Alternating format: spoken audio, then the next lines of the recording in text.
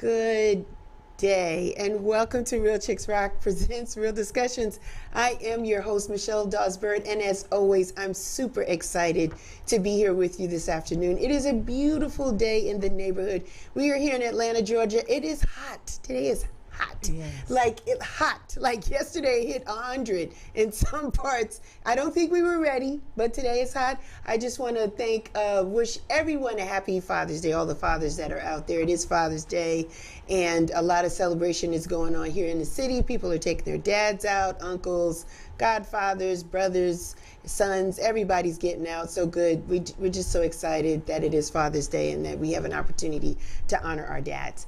Today, before I jump in with my guests, I wanted to welcome all of our listeners and all of our supporters. We thank you. But for all the new people that are checking us out today, let me give you a little bit of background about what Real Chicks Rock is all about. It's all about creatively collaborating and connecting to raise awareness regarding issues that impact women.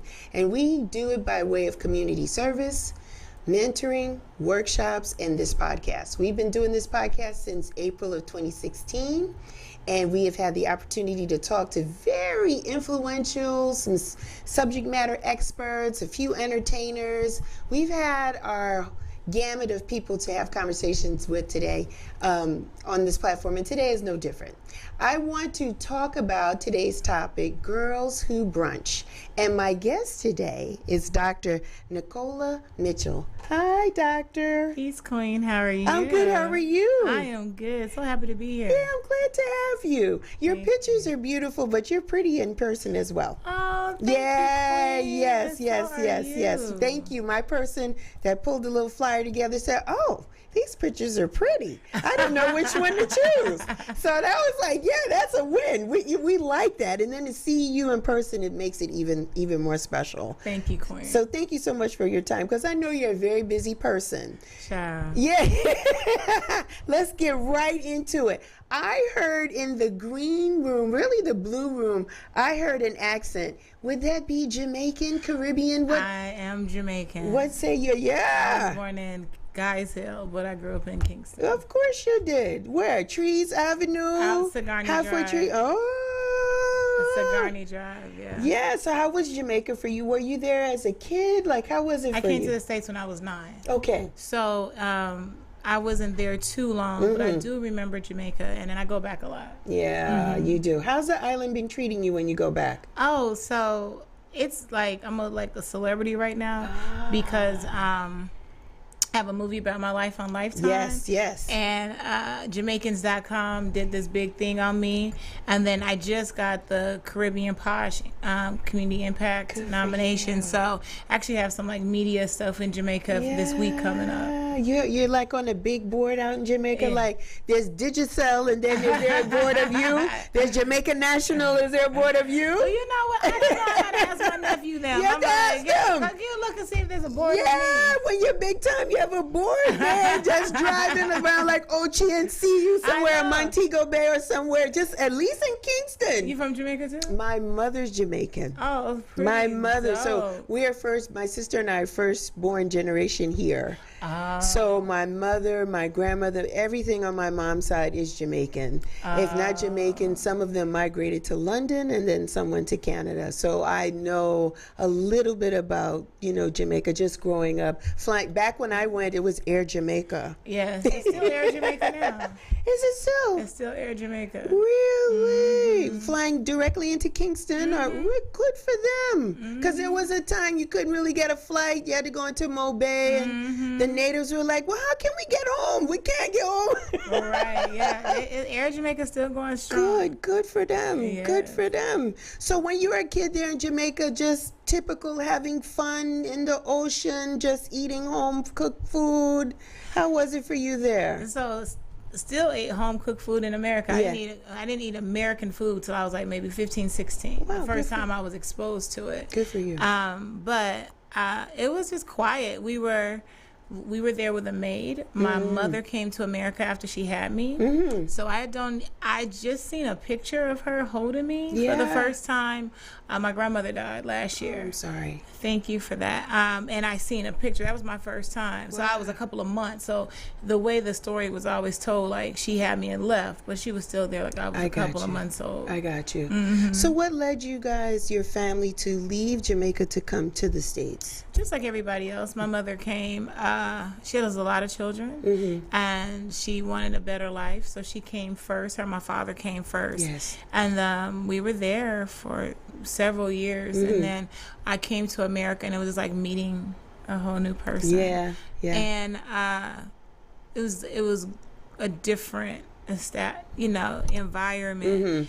Totally different from what I was used to. And so I was super quiet and bullied a lot when I came to the States. I was going to ask you that. Were you bullied? Yeah, so I practiced not to sound Jamaican. And so I really do not have an accent unless a certain Only word. when you're comfortable. Well, certain words, though, still, yeah.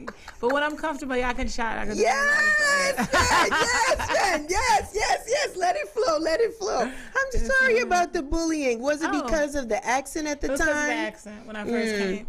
And, like my mother, she was born in Cuba. Oh. And my dad is from Belize. So it was one of those things as well, like, what are you? Yeah. And I moved to Vegas. And they were just like, okay, y'all Mexican? Yeah, what they is didn't this? know. They didn't know, child. They didn't know. They were so messed up. Why Vegas? I mean, I think because of the hotel industry, the hospitality. Gotcha. It was an easier job to get, making a lot of money. And so, yeah. Yeah, because Vegas is big, man. Just all those hotels and multiple restaurants in one establishment, so plenty of work there. The unions work is good. Yeah, that's a good thing. So how did we get to Atlanta? So I always came to Atlanta because I'm a writer in real life. I started writing almost 18 years ago, so I have like 25 books, I think, now. And and so I always came back and forth to Atlanta for, speaking engagements, book events. But when I actually moved, it was for my daughter. She's 25 now. At the time, she was 14, 13, and she had optic nerve disorder, and she had a mass in her brain. So she was losing sight in her left eye. So we moved here for her medical treatment. Yes. And so that was a little different because I came back and forth to Atlanta for work and for business, but this was totally a different dynamics to come back for her medical treatment. She was having seizures. It was all kind of craziness my first couple of years, getting acclimated. How is she doing now? She's amazing. That's good. She's a celebrity stylist. She's a college graduate. Good. Both of my girls are. You don't look like you got kids in college. I'm not going to look. I'm not going to look at. I'm not going to look into the light. I'm not going to look at you anymore. I'm not going to look at you anymore. You don't look like you have. You're amazing. My God. Thank you. My youngest is 25. The youngest. My oldest is 30. Wow. And then I have a goddaughter that's 34. Wow. Did you always wanted to be a writer, an author? So I never knew that, because I'm Caribbean, so you were never told that you can make money from that, right? But I always wrote. Yeah. I always journaled wrote, or just? Yeah, I journaled, just wrote little stories, how I was feeling, just things like that. And I came up with stories because I didn't have the best childhood. So I was coming up with stories of what my childhood should be, what I wanted it to be. And it was just so crazy that I wrote, and I used to read everything. I started reading V.C. Andrews. I started reading Danielle Steele, books I knew I shouldn't have been reading. But I just was always challenging myself. And then my sister, she was like, you read so many books, you can write something. And then when I was in undergrad, they dared me to write my first book. So I was in this crazy relationship. High-speed chases, women hiding in a garage naked, anything that could happen. And I would journal that. And my friends, when I was undergrad, they dared me to write a book about it, and I did. Wow. You've had an exciting life. I know, right? It's a movie. Oh my God! My God! Naked women, high speed chases. Girl, I just can't want to even. ask this now. Like, what did he say to you about me that had you out there? Oh. Honey, if you see this interview, what did he tell you? Oh my God! This is incredible. Yeah. In the garage. In the garage. Girl. My God. That's a whole nother conversation for another day. Like, I could bring you back for just on relationships. Oh, let's go. Because that is a whole thing right there. Yes, and ma'am. I can see and smell evolution Oh, of course. and peace So peaceful. and just where you were then, I don't know, but where you are now. And that journey was probably incredible. How you found yourself, discovered yourself, loved on yourself. So in that process, to go back, I was raped the first time at church when I was 14. Oh my. By my choir director, and then I was raped a couple of more times after that by different men that were supposed to protect me.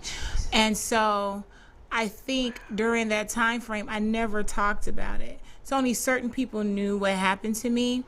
And so I held on to relationships back then, because if you just told me you love me, I held on to it. Okay. And so I put up with a lot back then because I didn't even know my worth at that time frame. Yeah. I used to think that there was something wrong with me. Wow.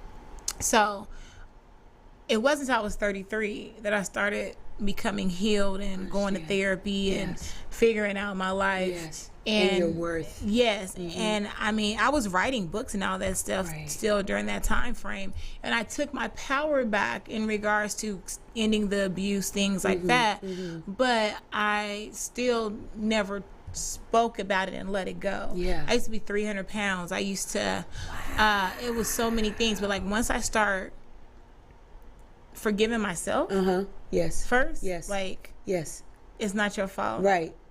Right. And then forgiving everybody else around me, my skin cleared up, my hair, It's it just, gorgeous. everything was just different. Yeah. And the weight started falling off. Wow. And so those are all the premises of why my organization was created, Yeah. because I was that kid. And I grew into a person that was holding on to all that trauma. So I figure if I can get these girls while they're in that space of awesome. trauma, being in a traumatic experience or not, if we can get them in that impressionable state and teach them how to break their generational curses, then they don't have to grow into women like I was. What's the age group for the 9 through 17. why those age? Why that range? Because it's very impressionable. They're willing to accept and listen. I think when they're a little older, when we become women, I don't really care for doing a women's who brunch, even though I am, because I have so many women now who are begging me to do it. Yeah. It's because women are stuck in their ways. And a lot of times we're arguing with women to see their value. And so if we can break that in the child before she gets to that age of losing sight of that, that's the difference in everything. It's an excellent age range because our bodies are changing too. Right. And we have questions just on that alone. Like, why am I feeling this way about my body? What are these changes that are going on? We have to work through the embarrassment of what is already a natural thing, but when we're young, we don't think it's natural. Exactly. And so then there could be people in our ear, and then a trust system, and what's our safe space? So I'm assuming Girls Who Brunch, this organization, teaches girls, young ladies, how to identify their safe spaces, right? Ma'am. And how to love themselves. What does love look like, right? Because oftentimes we don't know. Right. Definitely in the Black community, Black and brown girls, sometimes the critique comes from within our own home, right? Oftentimes, for those that are watching, I'm a darker skinned person, so sometimes I'm not as pretty as ... My hair is kinky ... So sometimes you get that type of sound, those sound bites within your own home, and so then when you step out, you meet people that may be saying some things to you that sounds like love, that makes you feel a certain way. And so I appreciate what you're doing, because you're helping them identify their self-worth when they're young. Because you're right, some of us don't find our way till even in our 40s, real late in life, like hitting real rock bottom.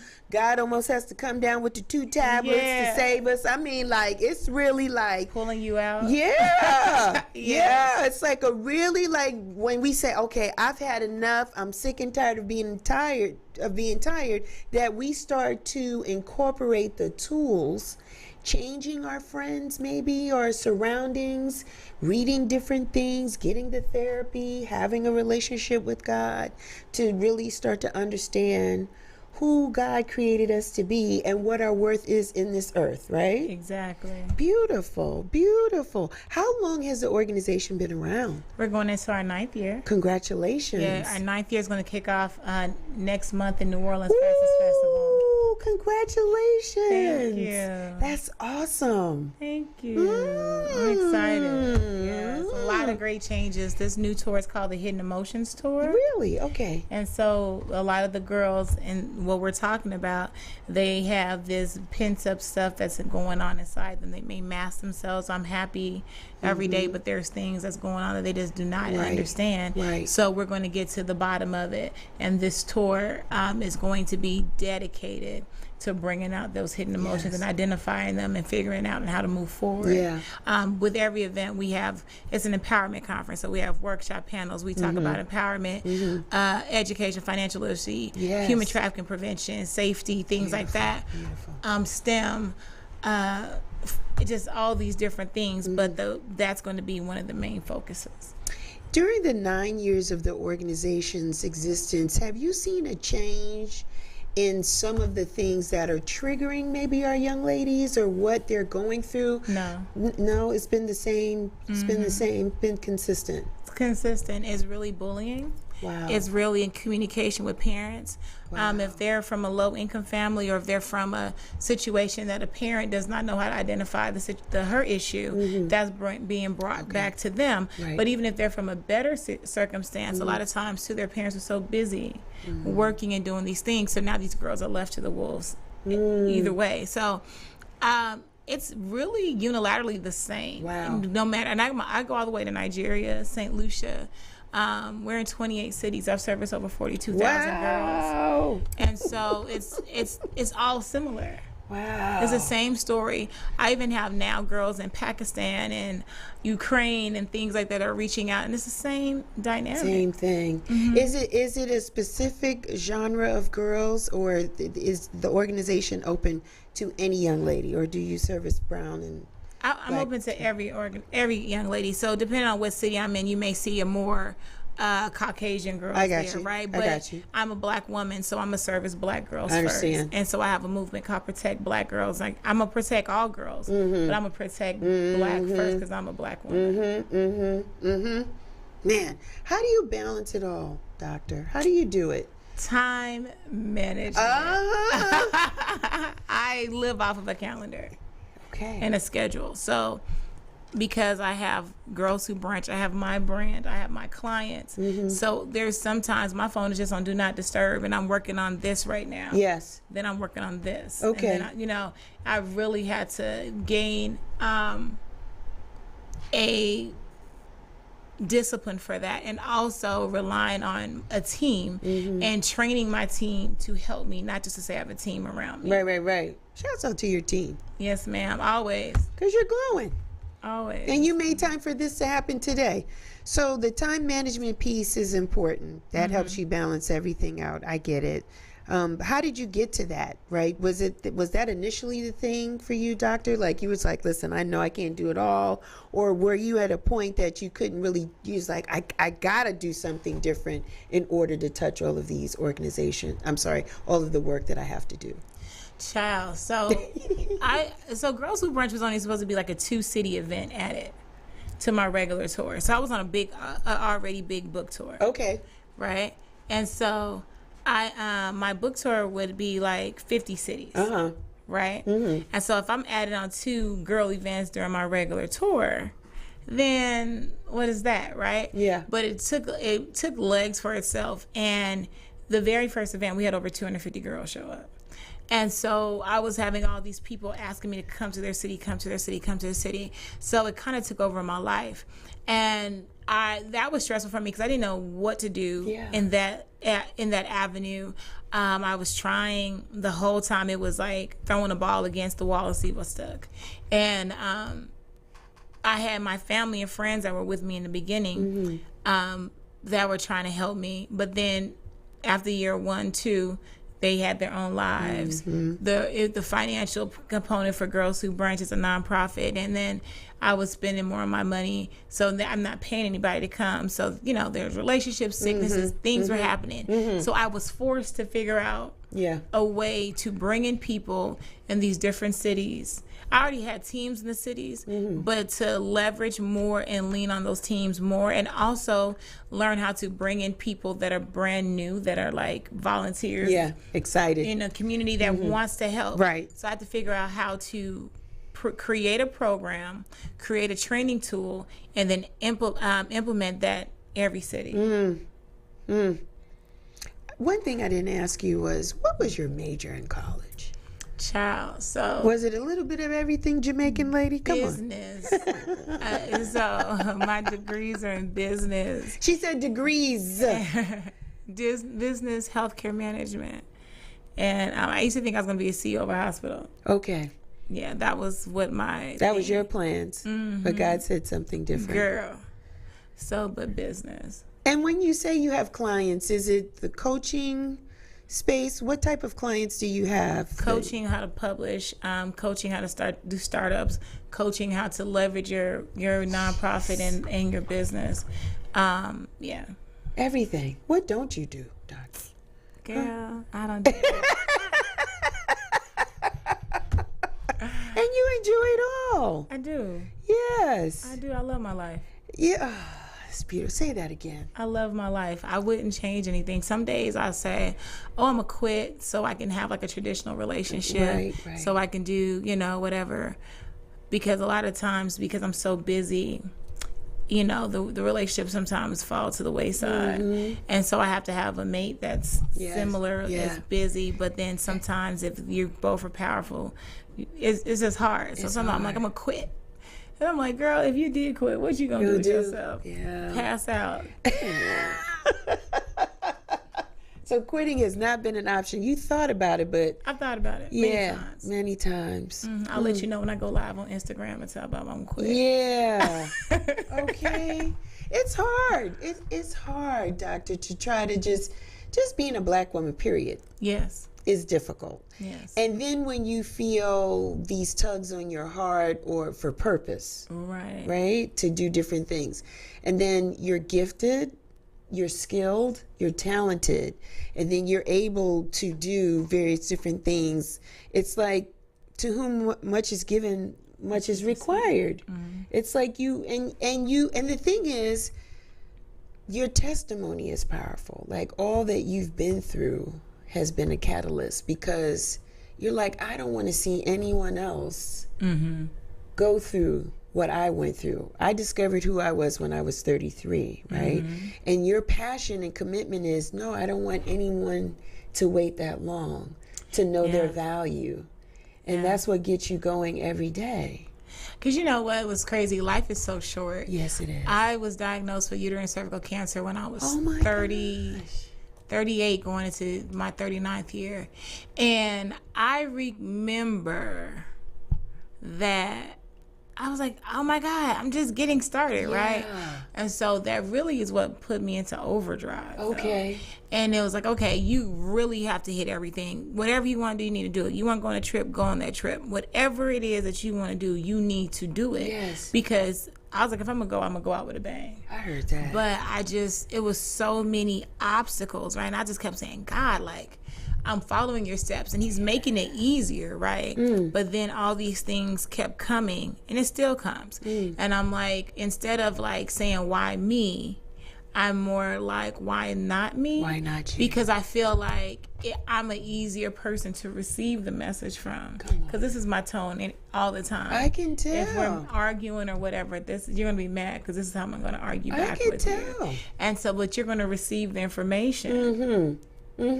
So I think that's why sometimes. Yeah. You're easy to digest.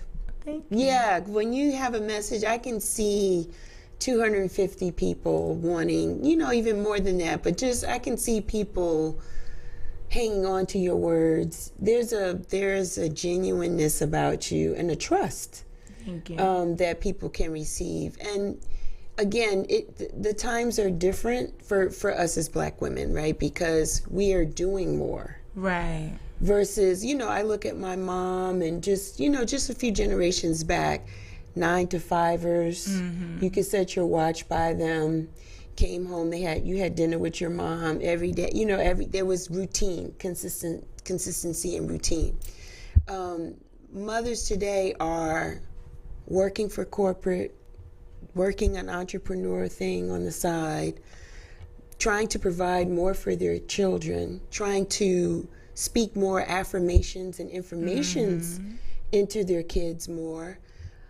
Having a Black president and seeing his powerful wife is like, okay, anything that you want to do, I support you. Like there's a support system that I see Black and brown women putting into their children, breaking the cycle. That's a whole nother thing too.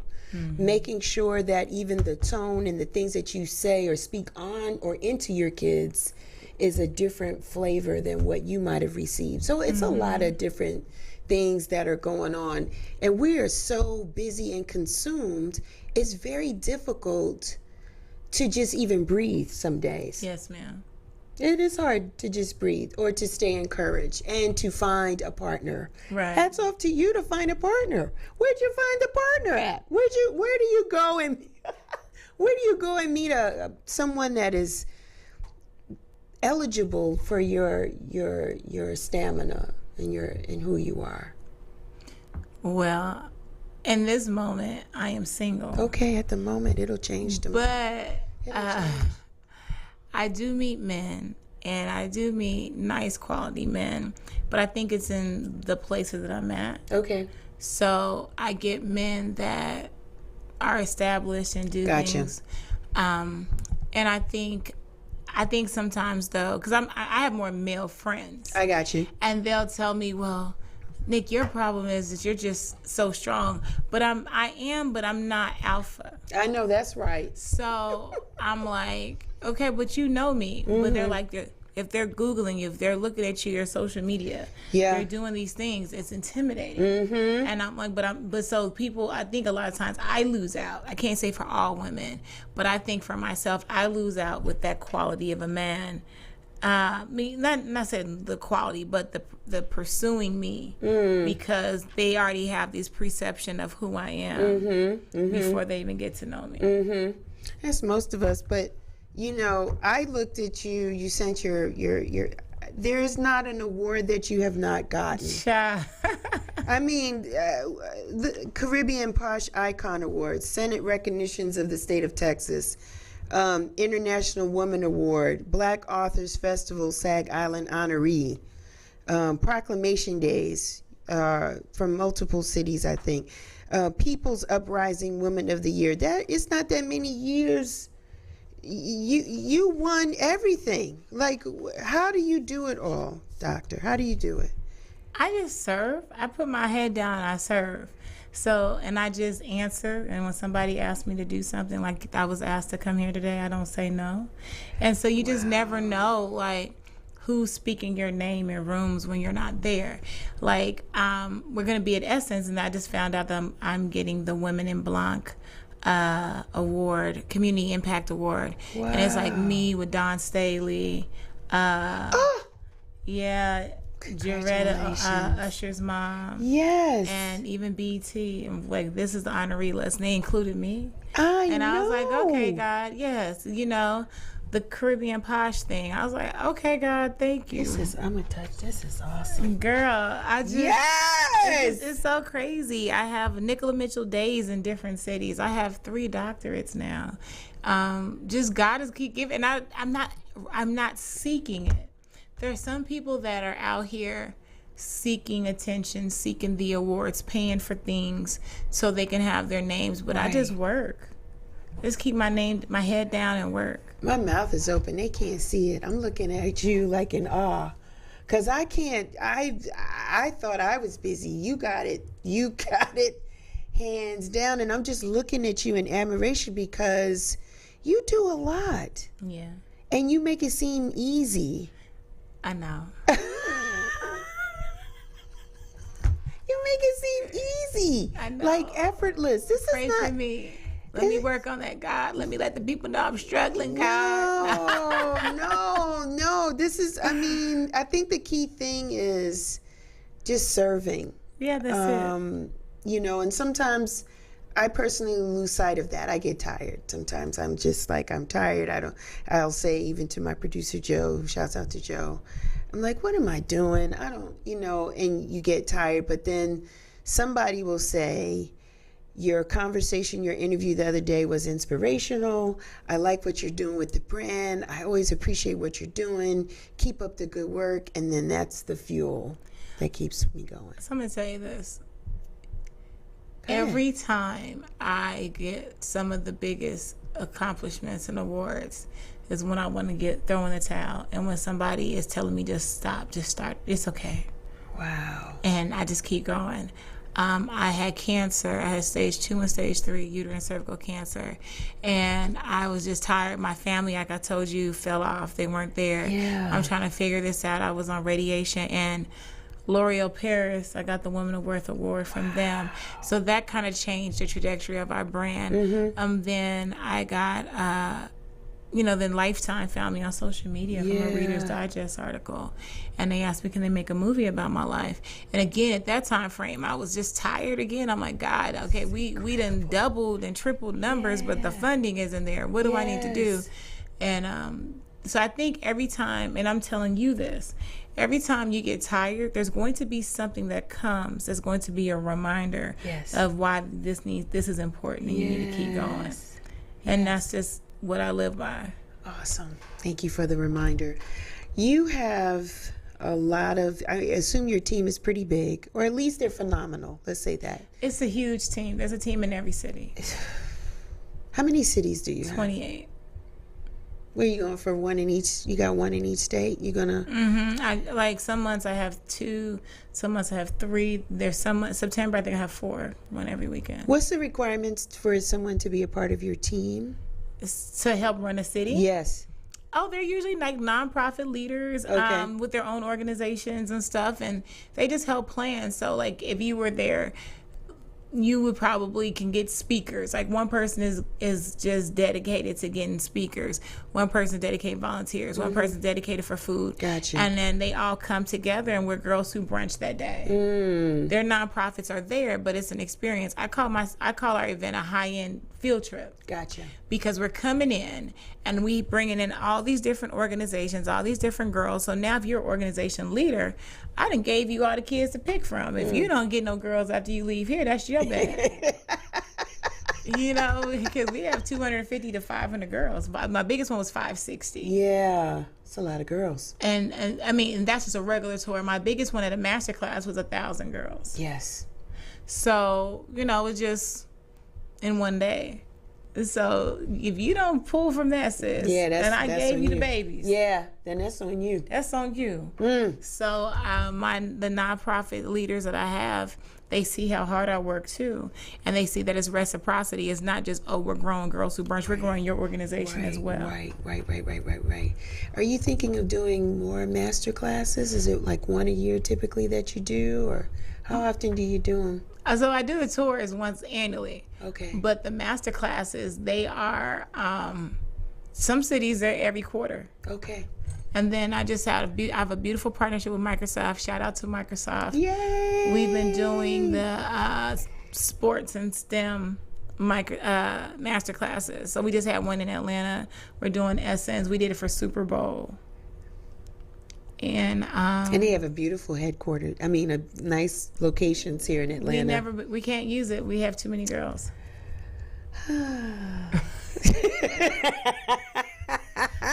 too many girls. We would have to limit that to 100 girls. Oh my gosh! And did they find you this like funny story? Yes, tell me. Where's the camera? Always speak to people and be kind. And just be approachable. I was at Essence Festival last year. We're in a restaurant. There's a group of guys talking, table next door. I'm laughing at their jokes. And just was getting up to leave, and the guy said, hey, I was like, because he thought somebody offended me. And I was like, oh, no, I'm tired. I just had an event. I have a nonprofit. And he's the guy that runs black nonprofits for Microsoft. Wow. And so we curated that relationship for like maybe 6 months. He didn't even realize who I was, really. We've spoken on the phone, but he was always so busy. And it wasn't until one day he said he was watching TV and he seen, on Lifetime, it had like in the corner. Coming up the Nicola Mitchell story. Yes. And he was like, I've never seen anybody's name spelt like this. Is that you? It's really nice, Keith. And I was like, yeah, that's me. Wow. So we really jumped on. Still not with him. I went through his gatekeepers, talked to different people, and they said they love me, and we're here. Wow. We're about to do event 3. Amazing. And you were busy today. Yes. So. Speaking to the mic, doctor. Why were you busy today? What were you doing today? I'm not even going to look at you because your light is too bright. You're shining too brightly. I'm not even going to look at you. So the Steve and Marjorie Harvey Foundation. You say that too quickly. Say that again. The Steve and Marjorie Harvey Foundation. They're one of my partners. Those people, yes. And last week I took 20 girls to camp. And this week the boys were having their camp, and they bring the moms in. And again, curating and nurturing relationships. My girls were invited. My moms were invited to come as well. So I took 20 moms today, and so I had to go.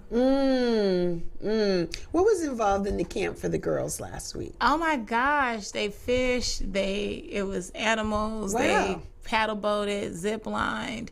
They had speakers, Angie Martinez. Oh, I love her. The young lady that's the over TV One. Yes. Clio TV. That's beautiful. So many great things. Women who golf.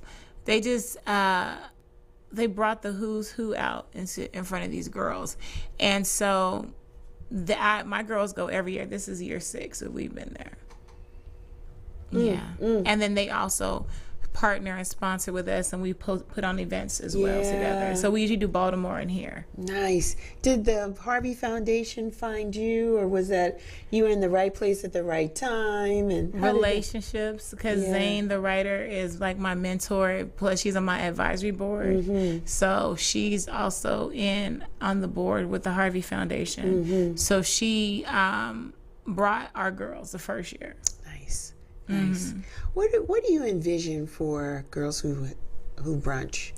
I mean, we're on year 9, 10 is a decade. What do you envision for your organization? I want to have it like an Essence Festival. I want it to be really big one weekend, because like I'm running out of days to go for the weekend, and we got so many cities. They're like, well, can you come here? Can you come here? I'm like, sis, we're in LA. Can we just do one, right? And so my goal is to have it like a huge conference that's like with different stages, different things, and it's all for the kids for the weekend. And so I kind of do that right now with my She Dreams weekend.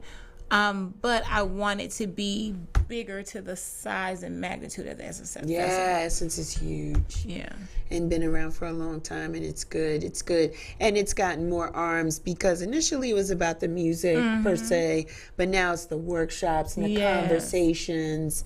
And again, the tools. People need tools to feel empowered, to live out their hope, their dreams, and just to know that they're not the only one thinking or feeling the way that they are. There's questions, and so to have people like yourself there, it's like a glimmer, like it's hopeful. It creates hope. And you know, for those that, like, everyone doesn't want to be an entrepreneur, Right. but they, you know, Black and brown people, we cheer each other on. Like, to see you in this position, people are like, yeah, girl, like, yeah, this is awesome.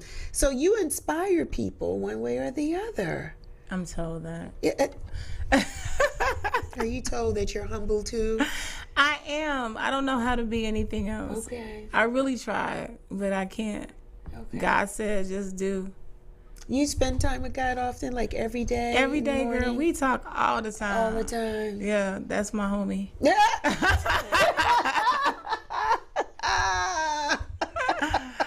She said that's my homie. He is. What's your projection to do this Essence type festival for Girls Who Brunch? Is that within the next 2 years? When do you see I'm it? thinking I could see it completed by year 15. Okay. It may be before that. I think before then. But I can see it completed by year 15 to be the funding and everything that I want it to be. You have a city in mind where you would want to do it? It would be here.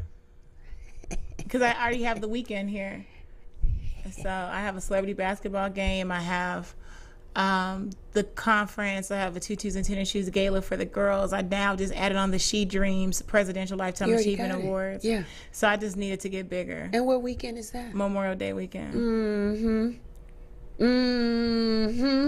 I like it. Thank you, girl. Like it. Thank you, just girl. speak it into existence, man. Continue to manifest that. It'll happen. I don't think it's year 15. I think it's year like 11. Okay, girl. Let's 2 or 3 touch and agree. We touch and agree. Yes, and I say 11. 15 is too far down the road. You're busting out the seams. You need to have a venue, the space, like it's already done. The funding is coming. It's already there. You just keep doing what you're doing. All of these accolades, movie, book, 25 books. You got another book in you? Oh yeah, this lady. See? I am writing a book. Okay, I've been dropping a lot of workbooks, and then I have a kids book coming out. Called The Adventures of Legend. It's a series. It's a 4-book series. It's about my dog. He grew up on a college campus at Savannah State, so he does not understand that he's a real dog. So in the book, he's trying to get back to Savannah State University. He thinks he's a person? Girl, yes. He is a 65-pound pit. She's writing a book about a dog. It's completed. So I wrote a book about this dog. It's a kid's book, and I'm pitching it right now. I love it. And then I have another. I'm trying to do an adult book. So one of my book series is the Deani series. That's the first book. There's a 4 or 5 book series in that. The model on the first book cover challenged me to do a Deani book, present day Deani. So I was like, where would she be? I've been thinking about that. Yeah. That challenge is just on Thursday. See. So we'll see. Now, I asked about where do you see your foundation? Where do you see you? I just want to be a filmmaker, like full time. All right. Chilling. Okay. That's it. I don't think you'll be chilling, but you're gonna be working. Yeah, I mean, but that's not work to me. Like I was executive producer of my movie, and just being on set that all those hours is not work. It's not work. To me. It felt amazing, huh? Yeah. To see your story unfold. So it's not my complete story. It's about the nonprofit. So the movie was supposed to be called Girls Who Brunch. But that was just an idea that I had. Yeah. And like this was $1 million budget. So to real movie people, that's a small budget. But it was like, to me, that was like, it's not a Tubi movie, right? Right. And so to go to this city, I'm in Canada, and they have all these buses and shuttles and things that said Girls Who Brunch, all these restaurants and things, these locations with Girls Who Brunch. And it was like crazy, something that was an idea. That's beautiful. And I'm still alive to see it. See it, yes, that part. got your flowers now. It was crazy. I still can't believe. Man, that's a dream come true for most people. Yes, ma'am. That's awesome, though. And so to executive produce, man, that was a wonderful feeling. So now you want to do more production? We have another movie right now that we're in contracts with right now. I have a thing for my life, something that we're dealing with, trying to do with my full life story. That's going to be good. And then that's something separate. And then I have another conversation for a scripted series. That could be a 2-part series. Oh, it's going to be like how we break about maybe like an 8 to 10. Yeah, that's a lot to cover. Because that's good stuff, though. Yeah. So will you be interested in producing other people's stories or like really thinking of your own production company perhaps? No. No, ma'am. But I will produce on somebody else's project. I got you. And that was just telling me, Michelle, I can't do it all. I got you. I got it. And I'm okay with saying that. Because there's so many people out here. I think that's another problem with us that we don't want to see. It's like the challenge of somebody else's winning. Okay. So I'm gonna just do that too, but we don't give that thing 100% because we got our hands in so many fires, right? So we can't give something 100% because every time Tom, Dick, and Harry say they're gonna do something, I'm gonna do that too. Do that too. Yeah. But if they looked at the power of collaboration, I was gonna ask and partnership. Yeah. How look at my organization is built off of collaboration partnerships. It surely is. It's powerful too. So, it is powerful too. Yeah, it's a keeping up with the Joneses kind of thing. A little bit of a crab mentality. Yes, because there is strength in numbers. If we could just, and that comes from our people just generationally. Like it was always, we're going to help and support you, and then when you get to your level, then you kind of pay it forward, right? Or reach back and help the next person, and so everybody can get a little bit, just to make sure. But you have to be integral. Like you got to be a person of character, yes, ma'am, and be about your word. Because oftentimes when people get where they need to be, they were like, "Excuse me, have we met? Do I know you?" They get amnesia, so they forget those that helped them or put them on or put a good word in or labored for love. Yes, ma'am. Because oftentimes you don't have the budget or the money, but they believe enough in you and your dream, and they'll support you to make that happen. And so when you get to where you need to be, you got to just make sure you extend that back. Yes, ma'am. Good for you doing what you do. Thank you, Queen. Listen. This was good. This was good stuff. This was good conversation. I feel now you do a lot. Do you get to travel? Do you take vacation? You get some. She's smiling. I'm gonna sip some water because that looks like a no. So I travel a lot. We just talked about it. I'm on tour, so I travel a lot, right? Personal. I said vacation. But I usually vacation if there's a person. Like I'm lying. I just went on Disney vacation with my kids. Okay. We went to Disney World for Christmas. Okay, nice. And so we're now doing destination Christmases. Nice. Because my children are grown. They're grown. So we're doing that. Nice. So that's a vacation. That is a vacation. Yes. And I usually vacation with a partner. So usually it's the partner that is like, hey, we're doing X, Y, Z. Okay. So, partner, new partner. Yeah. I need some vacation. Yeah, I was going to say, because you said that you're single, and I was like, well, if you're single, then the partner can't take you on vacation. We need a partner. So we're accepting new partners. Please Applications, the application. Please vibrate at the appropriate level. Yeah. Positive vibrations are important. Like, don't waste our time. Yeah. You know what it is. This is a full body, this person has a lot going on. Can you meet the challenges? Emotional intelligence. Yes. Can communicate. Yeah. Spiritually connected to the Most High. Like know a scripture or two. Like know something. Do something. Can pray with, can pray for. Yeah.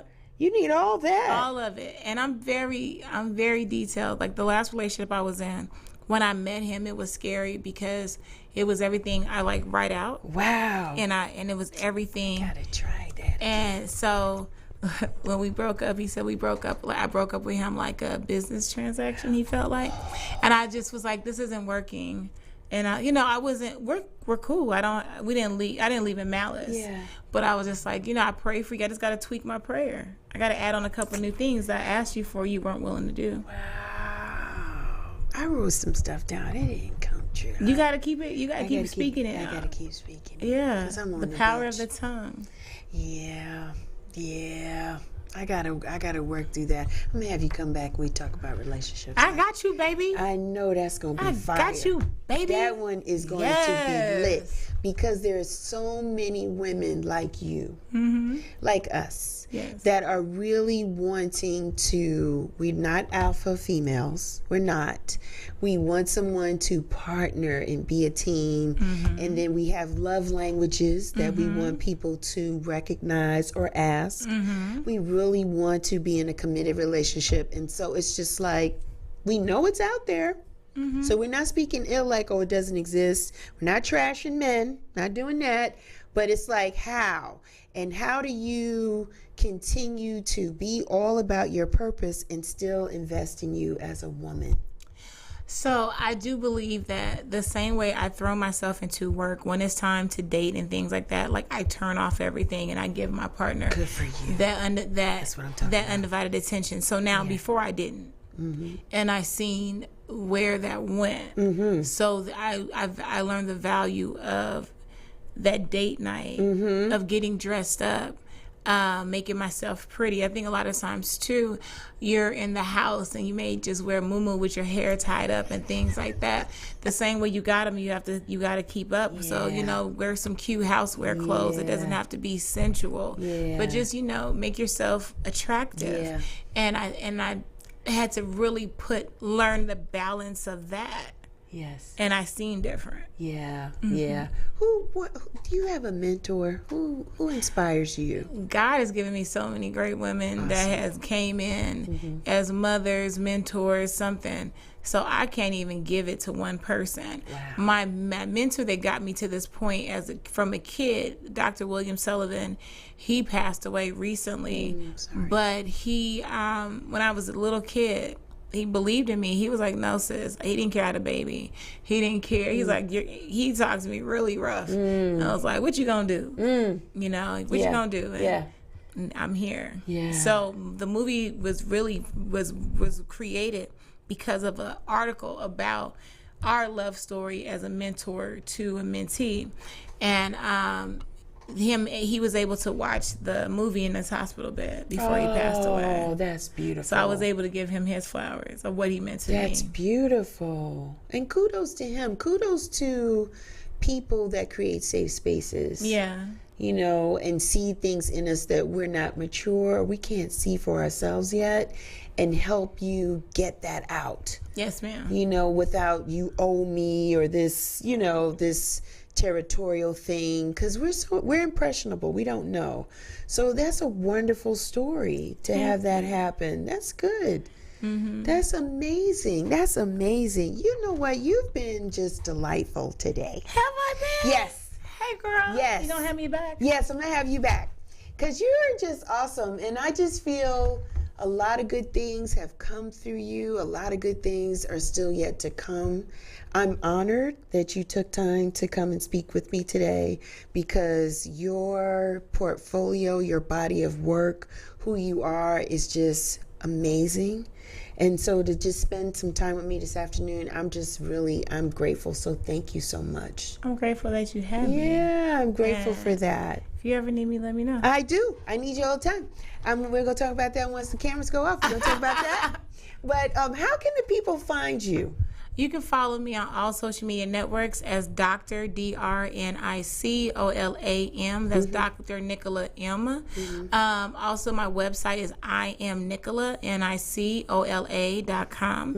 Or you can follow my organization is Girls Who Brunch Tour.com. And on all social media networks is Girls, plural, Who Brunch Tour. We're kicking off this tour in New Orleans. We're in Indianapolis, Vegas, and just go on our website. You can register to be a volunteer, register to be a speaker. We always accept donations. There's no donation too small. A ticket price for one girl is $25. So if you donate $25, you're going to allow a child to be able to come to one of our events for free. That's awesome. Yeah, I'm going to sponsor some seats. I'm going to donate because I want some girls to go and brunch and learn and be all those things.